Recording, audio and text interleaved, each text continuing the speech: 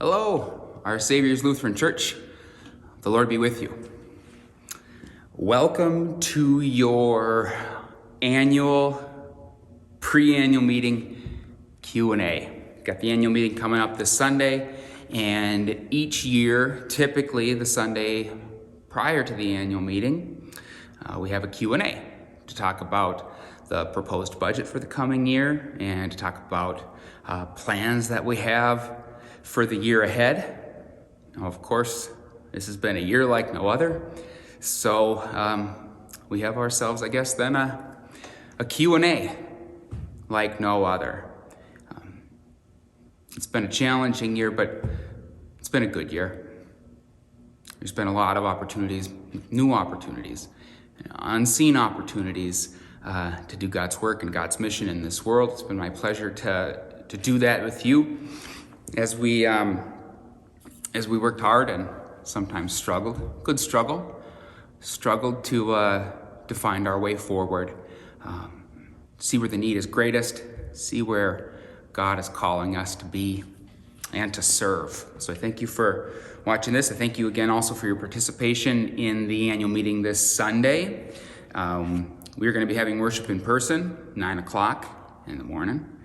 And the annual meeting is going to follow sort of, we're going to glue it right onto the end of the worship service. It's going to be part of the live stream also. So you've got a few ways you can participate and make your votes. At the beginning of the meeting, we're going to ask for a resolution to accept, a unique voting system this year.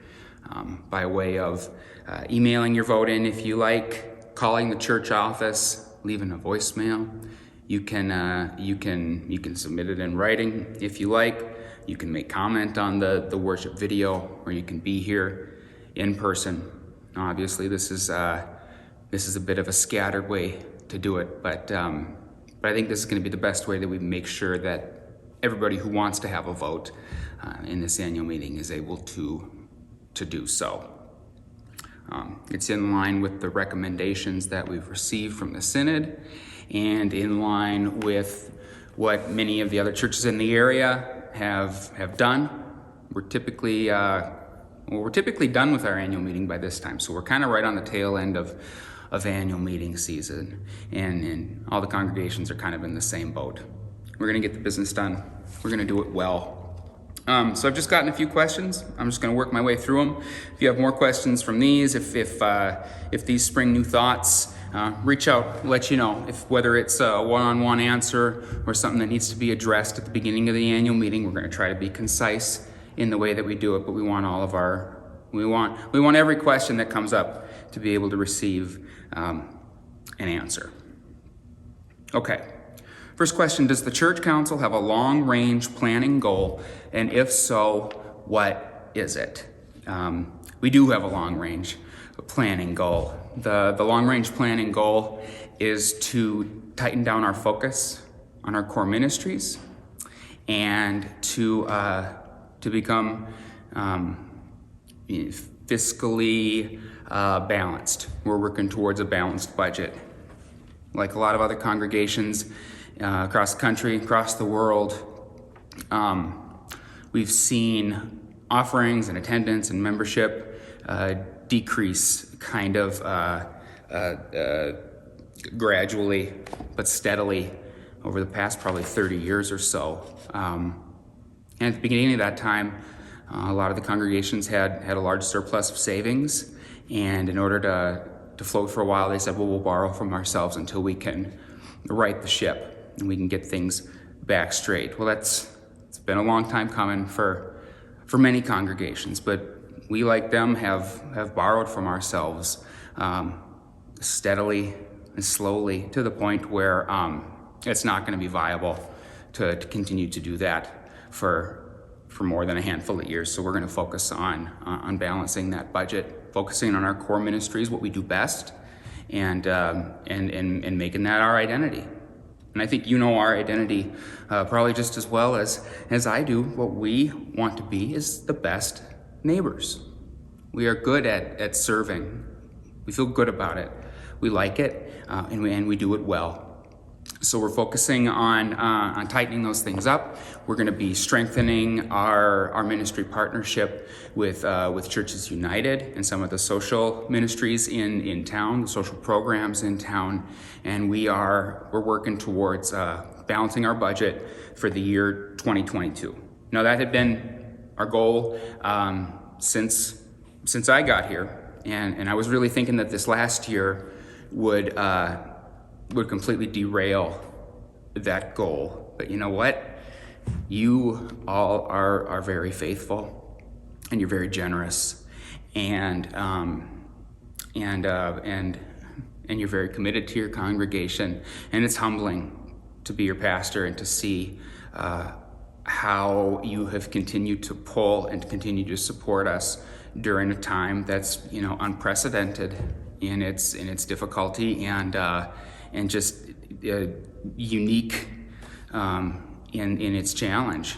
That when things feel steady, we're able to make steady pledges and we're able to make steady commitments. But when the world gets knocked off balance, all of a sudden it doesn't feel so steady anymore. And the sense I think that we get is that we might not be able to afford to support the things that we care about in the ways that we had intended because we don't know what the future holds for us. So I just wanted to say how humbled I am and how thankful I am for your continued support during this past year.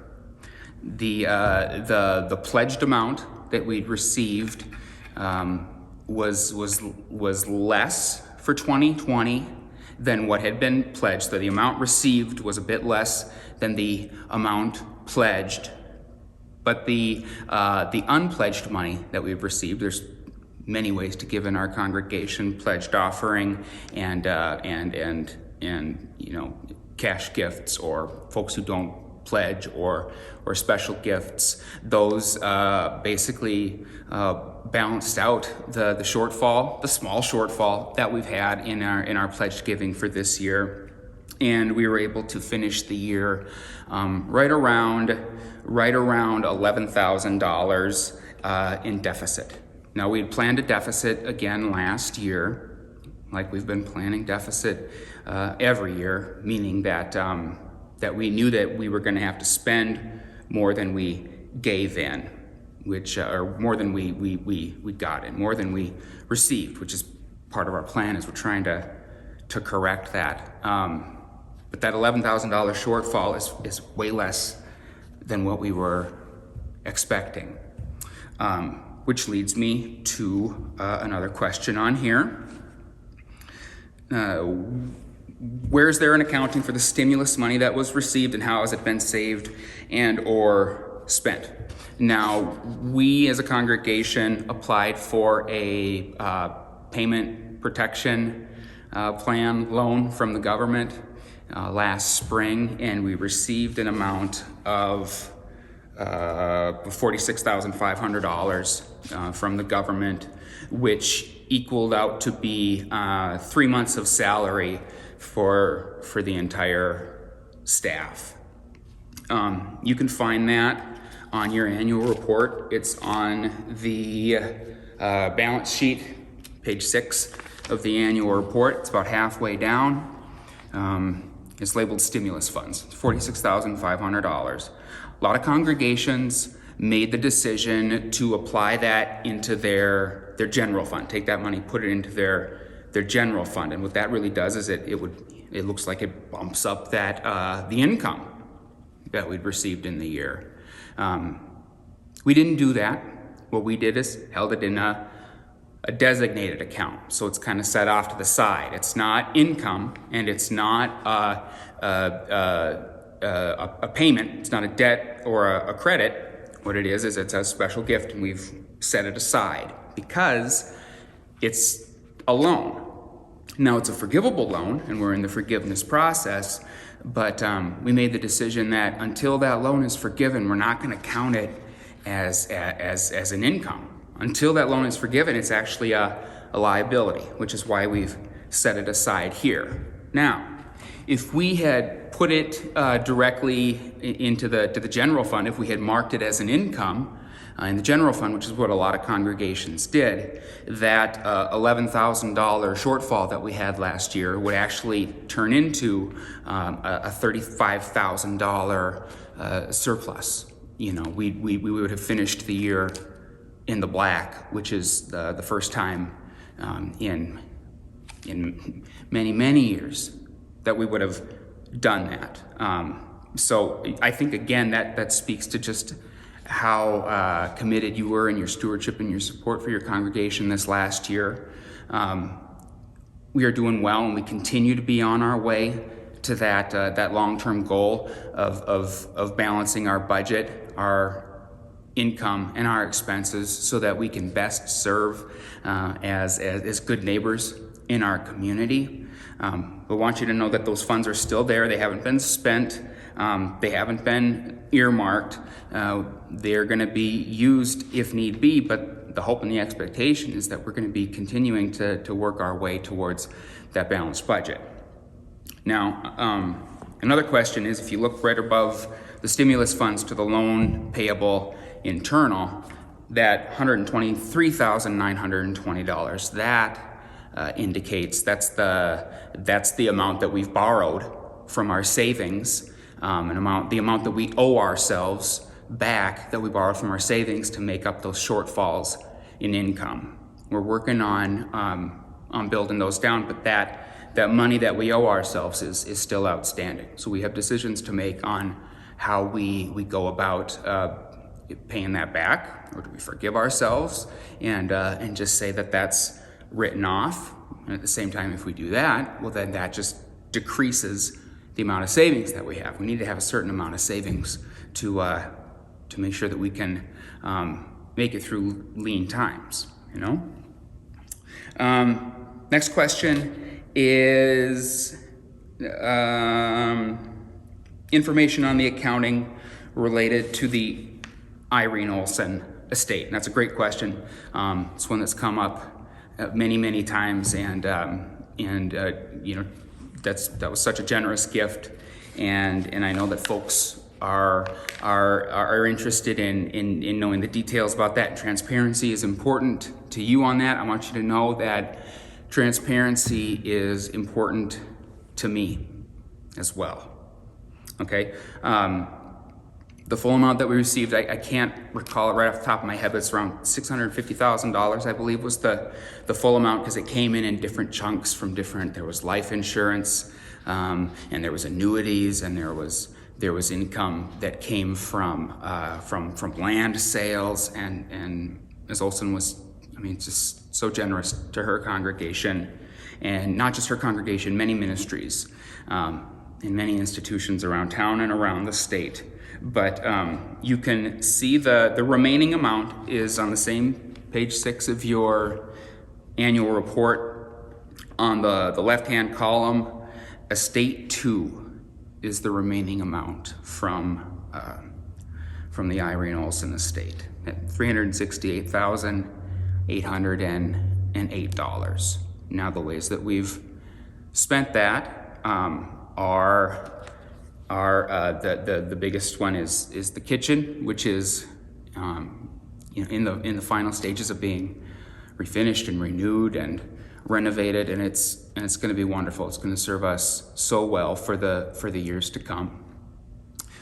In addition to the expense from the kitchen, we also, if you recall, it was like 3 weeks after I got here. I think it was like my third Sunday. I didn't hardly know anybody yet, and I heard that there was a burst pipe and there was water pouring through the ceiling of the women's bathroom in the basement because of the old galvanized steel pipes that had finally rusted through, and they were destroyed, and they destroyed the ceiling, and they were wrapped in asbestos. That's the way that the pipes used to work, and repairing all that pipe meant having to tear it all the way out from the east side of the building and the women's bathroom all the way to the west side of the building in that blower room, the furnace room where the main water lines come in, and that was a not insignificant expense to take out all of that asbestos and take out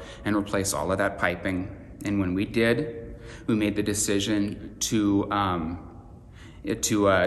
cover the flooring in the basement, which was asbestos tile there, and we had a generous member of our congregation who installed the new ceiling in Fellowship Hall at the cost of materials, and he donated all of his time. And we have now a beautiful Fellowship Hall as well to welcome in neighbors from near and far. And then the other expense that we've had was a replacement of the projector in the sanctuary.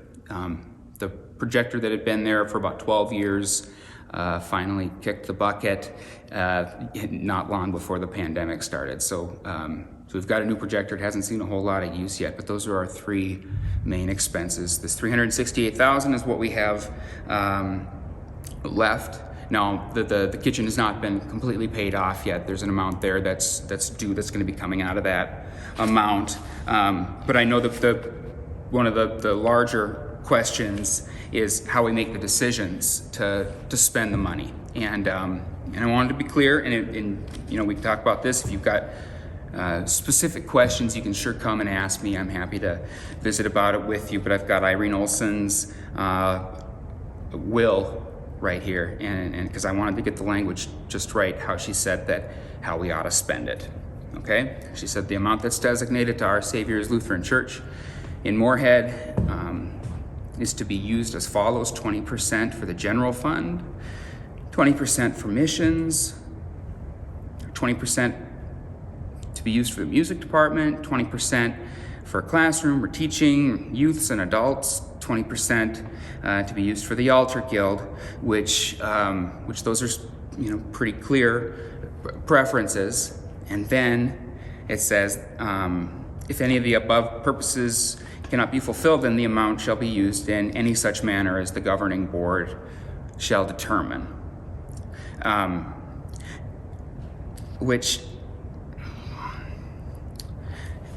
kind of says something different than what those designations say. Use it in this way, but if it can't be used in this way, then use it as the governing board sees fit. So that puts us in a bit of a challenging position as far as decisions. It would be wonderful or more clear if the language indicated one way specifically, but it kind of indicates these two ways, which means that the responsibility has been on us to make a lot of those decisions.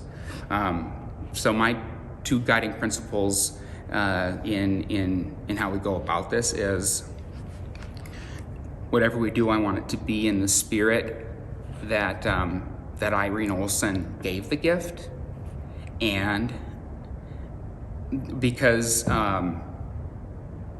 it's left up to the governing board how we ought to spend this money. What I wanted to do was ask all of your input. So in the past, what we've always done is for the repair and for the projector and for the kitchen, they've all come to congregational votes. We've asked the congregation if these proposed expenses were acceptable. That's the one way that we make sure everybody has a voice and everybody's heard, and we try to keep everything in the light and above board. So that's what we had done in the past. That's what we're going to continue to do in the future, and not just for this gift.